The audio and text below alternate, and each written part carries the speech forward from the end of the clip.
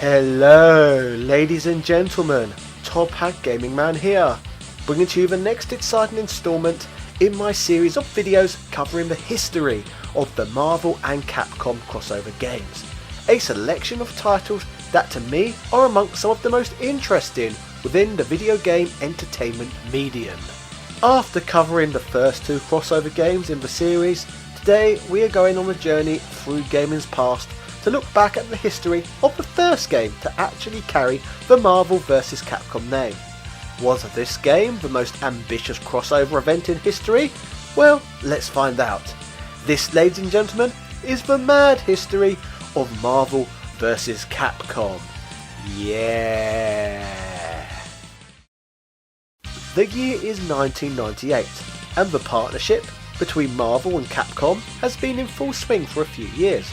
The outrageous mainstream success of Street Fighter II allowed Marvel to make the easy decision of working with Capcom when it came to the licensing of their intellectual properties for fighting games. As documented in previous videos, this would firstly result in X-Men Children of the Atom and later Marvel Superheroes, a fighting game with a roster featuring the greater Marvel universe. Next up though was where things started to get really interesting, as the next game featuring Marvel characters developed by Capcom would be a fighting game featuring both characters from X-Men and the Street Fighter series, resulting in us all seeing a game where two worlds would collide, which we never thought possible. Past this, it brings us to the game we looked at in depth last week, Marvel Superheroes vs Street Fighter, a fighting game where characters from Street Fighter's roster are featured alongside characters such as Spider-Man, Captain America and the Incredible Hulk. At this point, it brings us to the exact game we are looking at in detail today, Marvel vs Capcom Clash of the Superheroes, released in 1998. I noted last week that there was only a 10-month gap between the release of X-Men vs Street Fighter and Marvel Superheroes vs Street Fighter, which is an incredibly small amount of time even by Capcom standards. Even more ridiculously though, there would be an even smaller window with Marvel vs Capcom, as this one would come out only 6 months after the last entry in the series, which is insane when you think about it.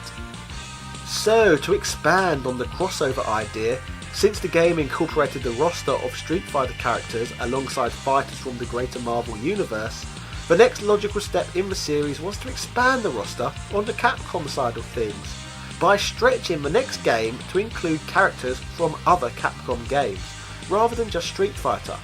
So with all this in mind, let us look at Capcom introducing us to this concept via the game's introductory video. Capcom presents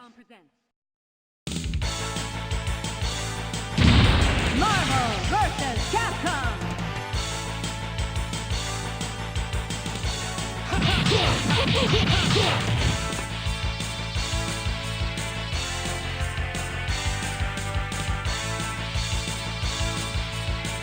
Come on!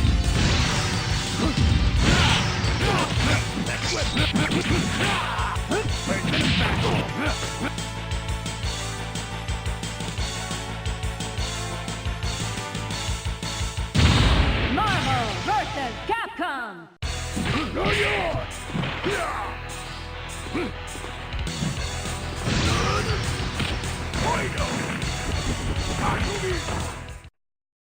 From the initial character select screen, you will notice that this game initially offers 15 different playable characters, including the return of several from the previous game in the series. In terms of Street Fighters, Ryu, Chun-Li and Zangief all make a return, whilst on the Marvel side of things, Wolverine, Spider-Man, Captain America and the Hulk are all back. On top of this, Gambit also makes a return for the first time since X-Men vs Street Fighter. If you can count, you may have noted that I just listed off 8 fighters, meaning the other 7 characters are all brand new additions to this crossover series, and all in all decent additions they are, so let us briefly touch on each of them. There are only 2 new fighters from Marvel, so let us start off by covering those. Firstly, we have War Machine from the Iron Man franchise, who may or may not be a palette swap of Iron Man from the Marvel Superheroes fighting game. And secondly, we have Venom, who is probably my all-time favourite Marvel character. When I was a child playing this game, this Spider-Man villain would always be one of my go-to choices as a result.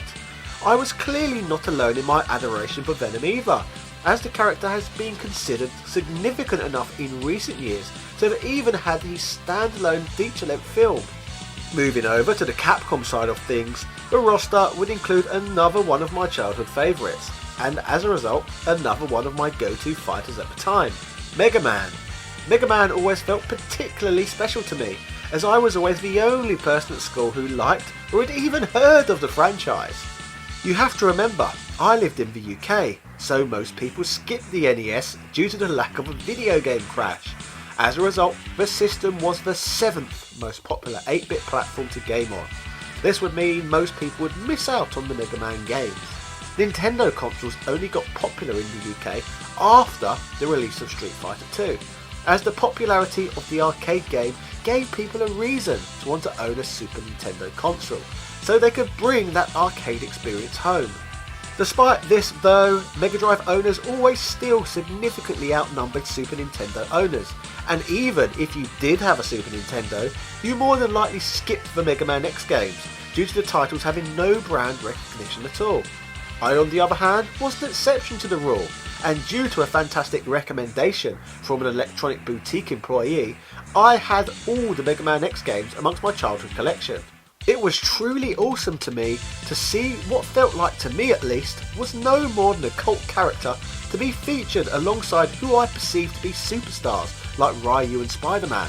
Despite Mega Man's lack of success in the UK, I guess this was really the first glimpse of what a big deal this character was to some parts of the world.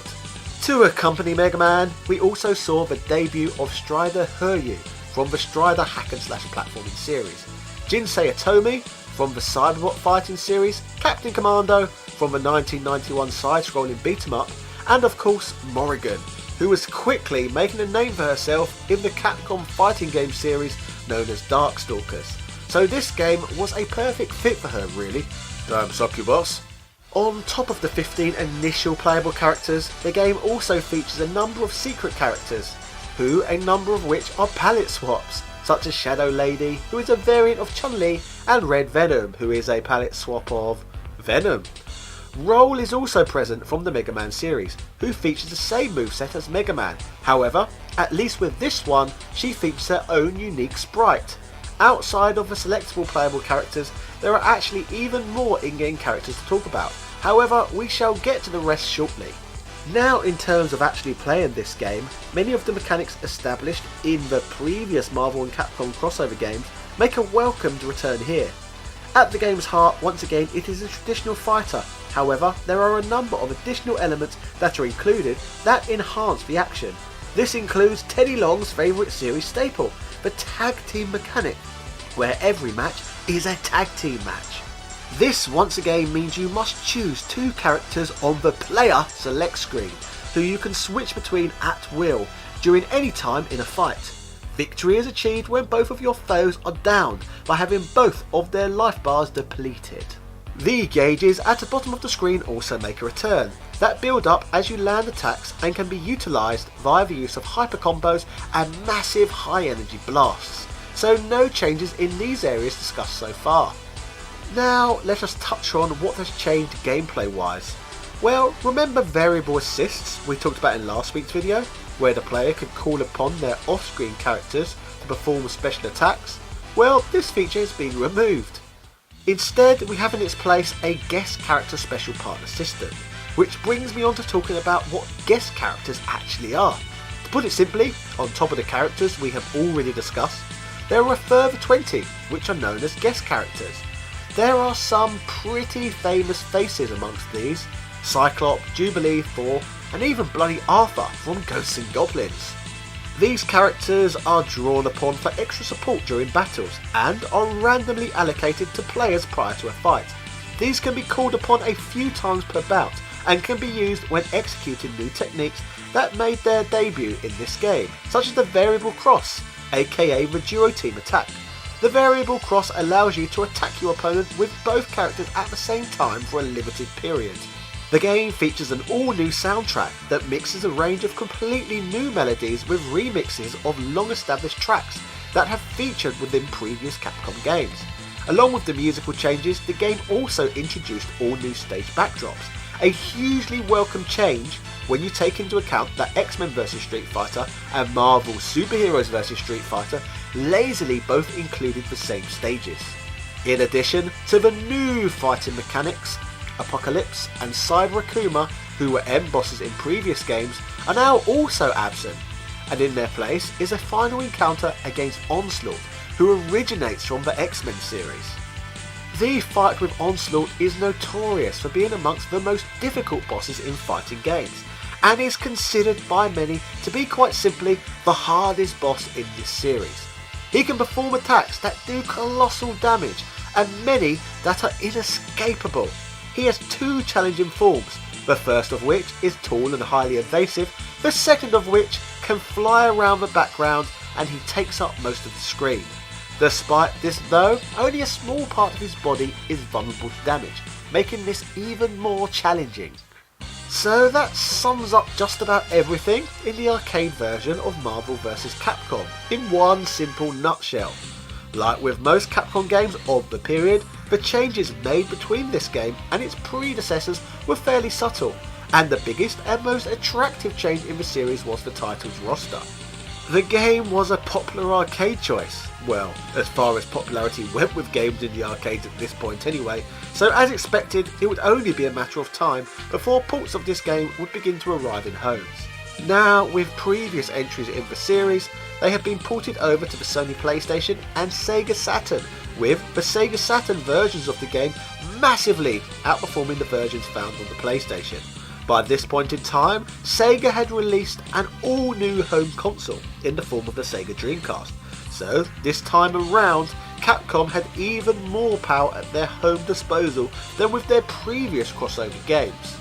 The arcade version of the game, that was obviously developed for the CP System 2 arcade hardware, was revealed that it would be ported over to the Dreamcast during the 1998 Tokyo Game Show.